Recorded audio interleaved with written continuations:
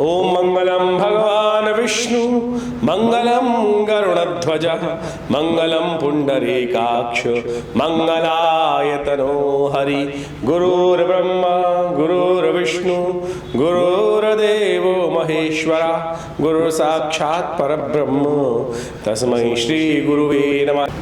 नमस्कार, स्वागत है आपका आचार्यवाणी में। मैं आचार्य डॉक्टर विक्रमादित्य आपके साथ हूँ। आज का विषय हमारा जो है कुंभ राशि वालों के लिए ग्रहों नक्षत्रों का प्रभाव खेल किस प्रकार का रहने वाला है जून के मध्य भाग में, ये बात समझने की ज़रूरत है। देखिए, कुंभ राशि वालों, आपकी राशि के अनुसार से सिंह जो आपके स्वामी है, राशि के स्वामी आपकी राशि में ही चल रहे हैं इस वक्त। तो एक तरह से तो बहुत विशेष योग बना हुआ है, लेकिन 7.5 चली रही है आपकी। शनि महाराज 30 साल बाद आपकी राशि में स्वग्रही होकर चल रहे हैं। तो मैं कहूँगा ये बहुत सौभाग्य का विषय है कि 7.5 का पहले 2 भाग जो है आपके लिए इतने नेगेटिव नहीं है। नहीं तो शनि तो आपको पता है किस प्रकार का बाजा बजाते हैं लोगों का। तो ऐसे में आपको अपना सौभाग्य मानना चाहिए कि आप कुंभ राशि में जन्म लिए हैं। और कुंभ राशि में जिन्होंने जन्म लिया है, कुंभ में शनि चलते हुए जब पहले 2 भाग होते हैं, यानी पहले ढैया जो है और दूसरी ढैया है शनि की स्वग्रही ढैया होंगी, तो उसमें शनि अपने घर को कौन बिगाड़ता है? कोई मूर्ख ही होगा कि जो अपने घर को बिगाड़ेगा। तो शनि को आप ये तो कह नहीं सकते, बहुत बुद्धिमान है और आपके कर्म फलदाता है। तो यदि आपने कर्म अच्छे कर रखे हैं तो आपको नेगेटिव चिंता करने की ज़रूरत नहीं है, लेकिन 7.5 है, ये बात भी विशेष मानने की ज़रूरत है। अब समझ लीजिए जून के अंदर क्या होने वाला है। यदि आपकी राशि के अनुसार से समझें तो आपकी राशि के अनुसार से कई महत्वपूर्ण परिवर्तन के योग बनेंगे। सूर्य परिवर्तन की तरफ जा रहे हैं, बुध परिवर्तन की तरफ जा रहे हैं, शुक्र परिवर्तन की तरफ जा रहे हैं, और ये सारे के सारे परिवर्तन बड़े महत्वपूर्ण रहेंगे आपके लिए। आपको सिलसिलेवार तरीके से समझना चाहिए इन ग्रह योग का प्रभाव क्या होगा। त्रिग्रही योग विशेष तौर पर बना है, बिगड़ेगा और फिर बनेगा। पुरानी कहावत है 3 तिगाड़ा काम बिगाड़ा, लेकिन एक प्रकार का ये त्रिग्रही योग जो है, जो अभी चल रहा था, वो कहीं ना कहीं कष्ट में था। और आने वाला जो त्रिग्रही योग आपके लिए बनने वाला है, बुध की वजह से वो आपको कहीं ना कहीं पॉजिटिव चेंजेस देने के योग बना सकता है। क्योंकि जैसा हमने कहा कि सूर्य का परिवर्तन का योग है, बुध का परिवर्तन का योग है। ये जो चल रहे हैं वृषभ राशि में चल रहे हैं, और इनका पदार्पण जब होने वाला है मिथुन राशि में होने वाला है। 5वें भाव में सूर्य पहुंच जाएंगे, 5वें भाव में बुध पहुंच जाएंगे, 5वें भाव में शुक्र पहुंच जाएंगे। हाँ, शुक्र और बुध अस्त जरूर है, लेकिन देव कृपा से एक समझ लीजिए कि बुध जिन दिनों अस्त चल रहे होते हैं, आपकी राशि के अनुसार समझें तो बुध भाग्य आपका विशेष तौर पर बुद्धि के मालिक हैं। और ऐसे बुद्धि का मालिक स्वयं जब अस्त चल रहा हो तो कष्ट हो सकते हैं, लेकिन ग्रह योग के दृष्टिकोण से ऐसे में कुछ खास योग बन रहे हैं, मुहूर्त बन रहे हैं, जो हमारा मेन विषय है, जो हम आपको बताते रहते हैं। हम आपको उपाय के तौर पर जो बताते हैं चीज़ों को, उनको आपको सही रूप से समझ लेना चाहिए। तो ऐसे में उन सब का लाभ आपको मिल सकता है। कुछ खास मुहूर्त इसमें बनने वाले हैं। ऐसे में विशेष तौर पर बुढ़वा मंगल तो चल ही रहा है। मंगलवार के दिन, जेठ के दिन जितने मंगल पड़ते हैं बुढ़वा मंगल होते हैं, और कहा जाता है हनुमान जी को प्रसन्न करने के बड़े सुंदर दिवस होते हैं। जो सुंदरकांड का पाठ कर लेते हैं, हनुमान जी की कथा कर लेते हैं, राम जी का स्तवन कर लेते हैं, हनुमान जी कृपा कर कर और देवता चित्त न धरहि हनुमत से ही सर्व सुख करे, हनुमान जी समस्त प्रकार के सुख देने के योग बना देते हैं उनके जीवन में। तो ये सुंदर योग चल रहा है।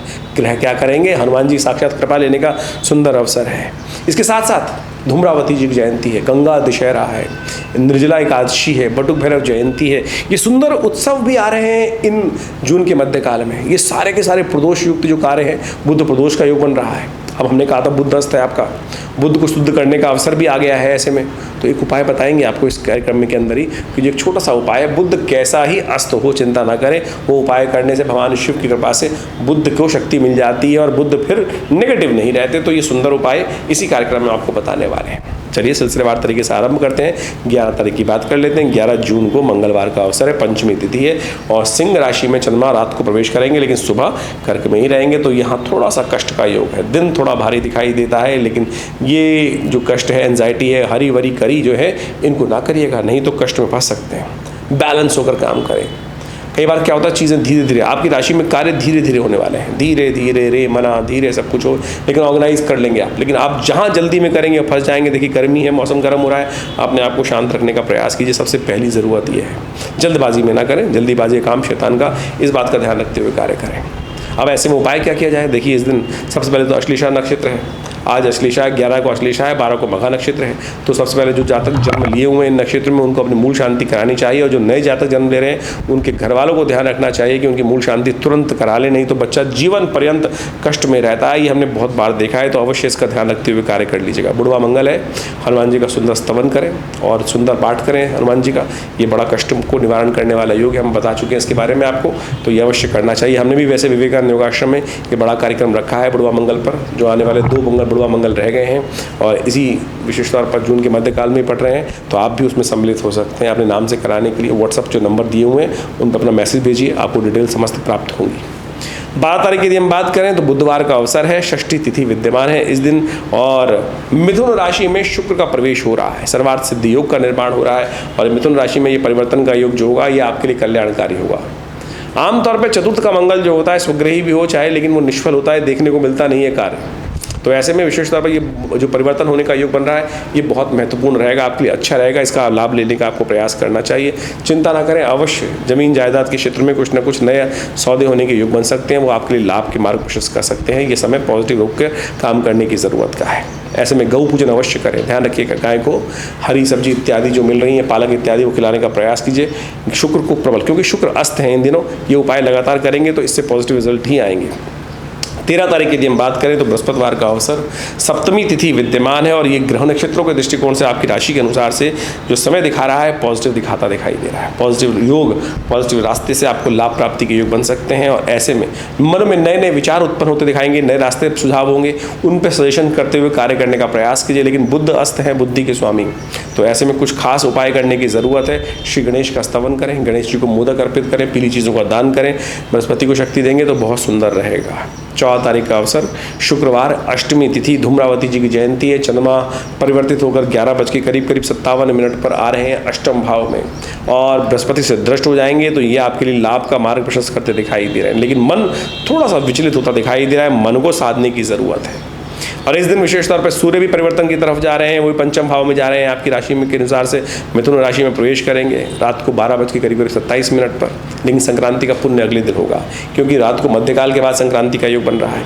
मिथुन राशि में बुध का प्रवेश हो रहा है, ये भी आपके लिए बहुत एक तरह से अच्छा योग बनता दिखाई दे रहा है। तो त्रिग्रही योग जो आपके लिए बनता दिखाई दे रहा है ये ओवरऑल आपके लिए अच्छा ही है, नेगेटिव नहीं है। लेकिन फिर भी सूर्य और शुक्र जो है अलग अलग प्रवृत्ति के ग्रह हैं, उनके लिए आपको थोड़ा ध्यान रखने उपाय करने की ज़रूरत है, वो हम आपको बताएंगे।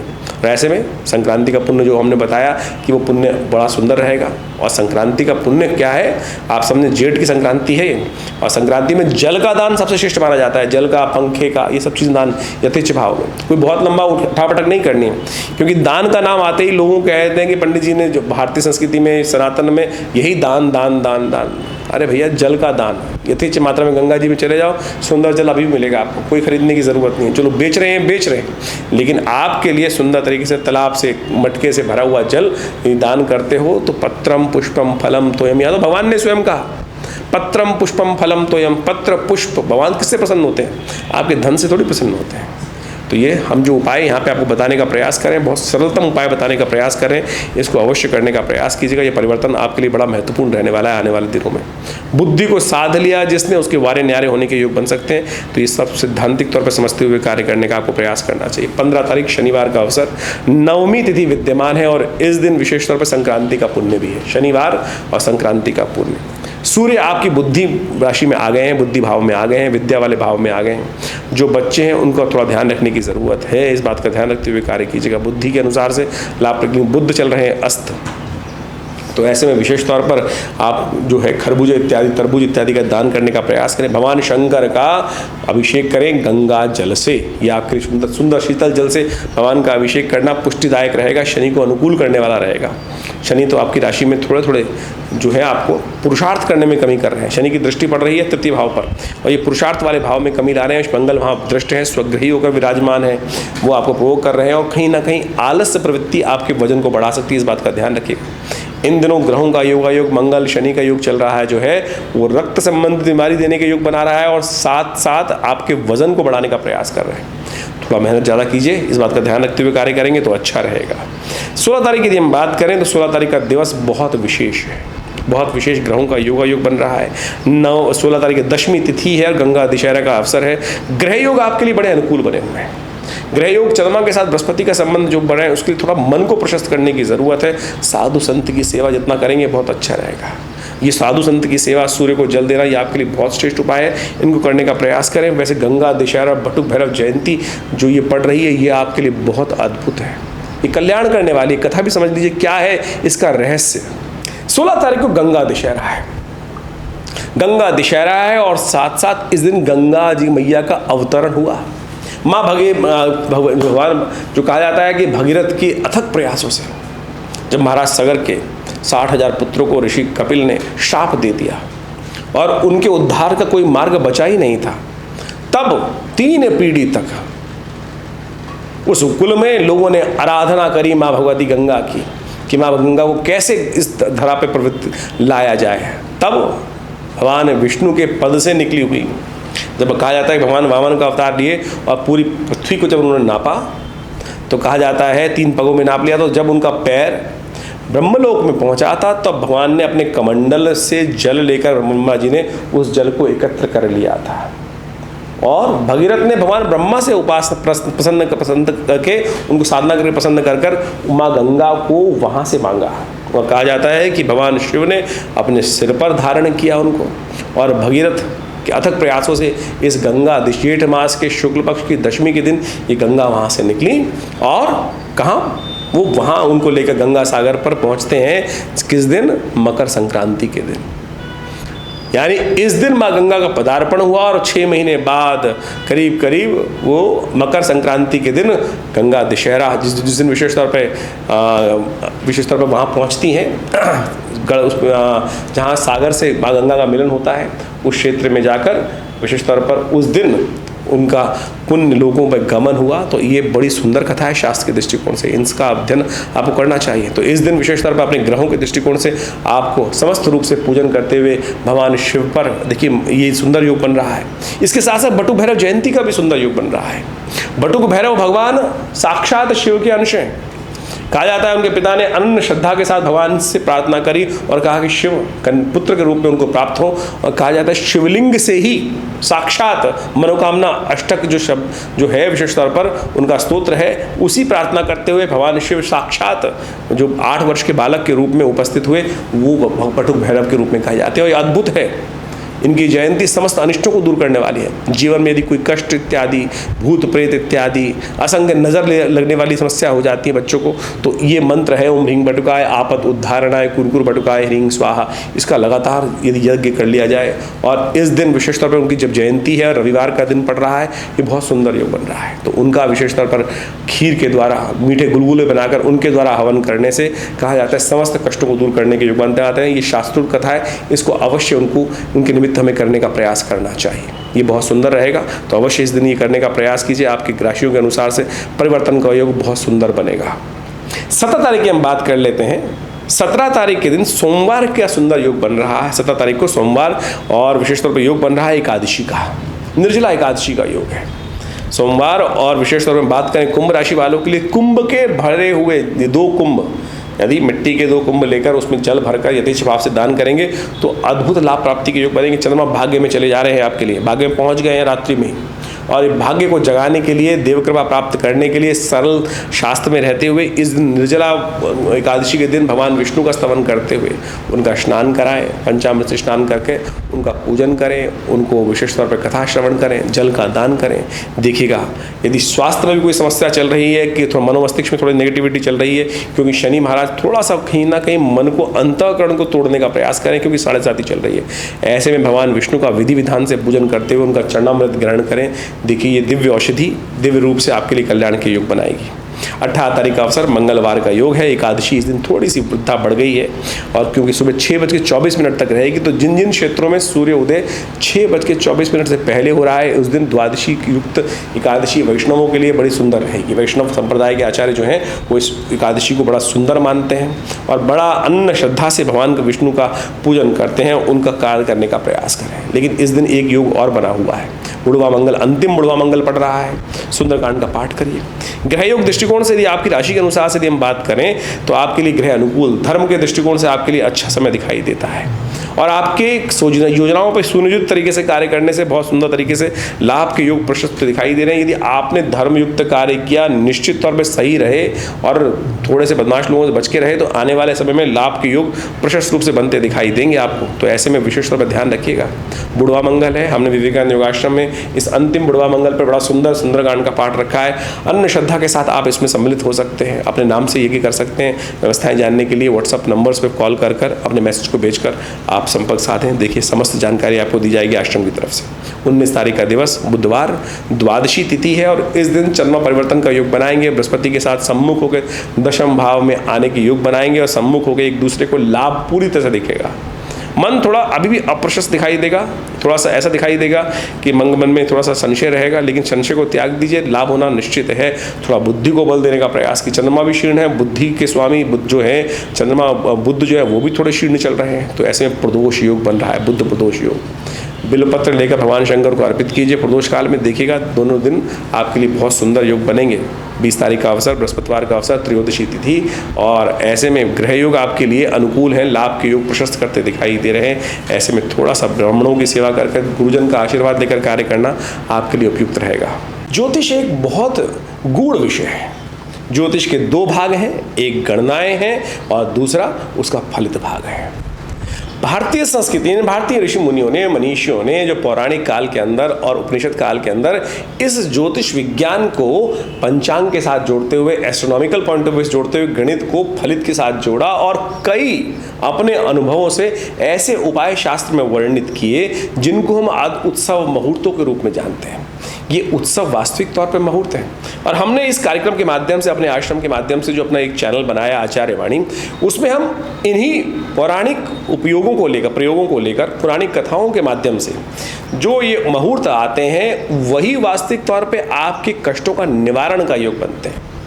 देखिए, समझ लीजिए एक बात खास तौर पर, विशेष तौर पर ये जो मुहूर्त हैं, जैसे इस अभी आने वाले इन 10 दिनों में गंगा दशहरा, बटुक भैरव जयंती, धूम्रावती जी की जयंती, ग्रहों का परिवर्तन का योग, संक्रांति, एकादशी, ये सब जो पड़ रही हैं, ये विशेष तौर पर ये वो सुंदर मार्ग हैं, सुंदर वो मुहूर्त हैं जिनमें एक छोटा सा कर्म यदि सही दिशा में कर लिया जाए तो उसका कई गुना अधिक प्रभाव उत्पन्न होता है।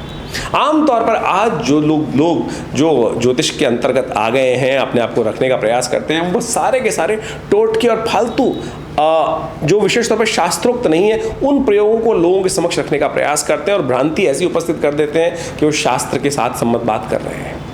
तो ज्योतिष टोटकों का विज्ञान नहीं है। ज्योतिष के साथ साथ यदि अध्यात्म को और शास्त्र पुराणों को, वैदिक कथाओं को, वैदिक रहस्यों को यदि समझने का प्रयास करें, हमने उसी को जोड़ के आपके समक्ष इन समस्त उपायों को बताने का प्रयास किया और उन उपायों को आप सही रूप में, सही दिशा में, हमारे मनीषी गणों ने जो व्यवस्था करी पंचांग के दृष्टिकोण से, आप देखें हर रोज़ कोई ना कोई उत्सव है। भारतीय संस्कृति एक ऐसी संस्कृति है जिसमें हर रोज़ कोई उत्सव है। हमारे यहाँ मरण दिन नहीं मनाया जाता, मरण दिन नहीं मनाया जाता। हमारे यहाँ सब आनंद उत्सव है। जीवंत संस्कृति है भारतीय संस्कृति, और नई दिशा, नया सूर्य, नया कुछ उत्पन्न करने के लिए, नया लाभ देने के लिए उत्पन्न होता है हर रोज़, उदय होता है हर रोज़। तो हम उस रूप में अपनी संस्कृति को समझते हुए कार्य करें तो बड़ा सुंदर रहेगा आपके जीवन। देखिए, जीवन में सुख और दुख एक पहिए के समान है, चलते रहते हैं, आता जाता है। तो वो परिवर्तन की तरफ है, कोई भी चीज़ स्थायी नहीं है। बस विश्वास जगाना है, सही दिशा पकड़नी है।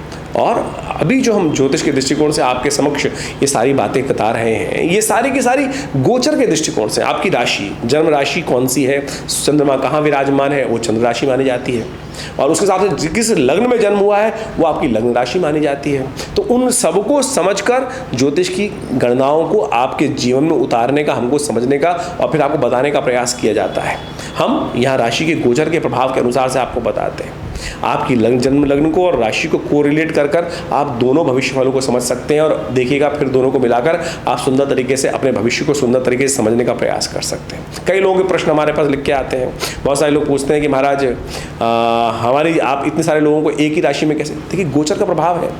संसार में ज्योतिष के दृष्टिकोण से पूरे संसार को 12 ही भागों में तो बांटा गया है, लेकिन जनरल कैरेक्टर के तौर पर गोचर के प्रभाव को हम समझ सकते हैं। ये एक अलग विशेष तौर पर व्यवस्था है कि व्यक्ति अपने जन्मपत्री में कौन से ग्रह लेकर आया है, किस प्रकार की अवस्थाएं, कौन सी दशाएं हैं, कौन से ग्रहों की कितनी शक्ति है, वो सब उसकी जन्मपत्री से निकालने का प्रयास किया जाता है और समझने का प्रयास किया जाता है। और फिर हम प्रत्यक्ष रूप से वर्तमान, भविष्य, भूत को समझते हुए, ग्रहों की दिशाओं को समझते हुए उनके भविष्य में आने वाले कष्टों को दूर करने का योग बहुत सुंदर बना सकते हैं। ज्योतिष एक बहुत गूढ़ विषय है। आप उन समस्त रहस्यों को लेकर, ज्योतिष की प्राचीन वैदिक परंपरा को लेकर हम आपके समक्ष इस चैनल पर रहते हैं और आशा करते हैं आप इन गणनाओं का लाभ सही रूप से लेने का प्रयास करेंगे।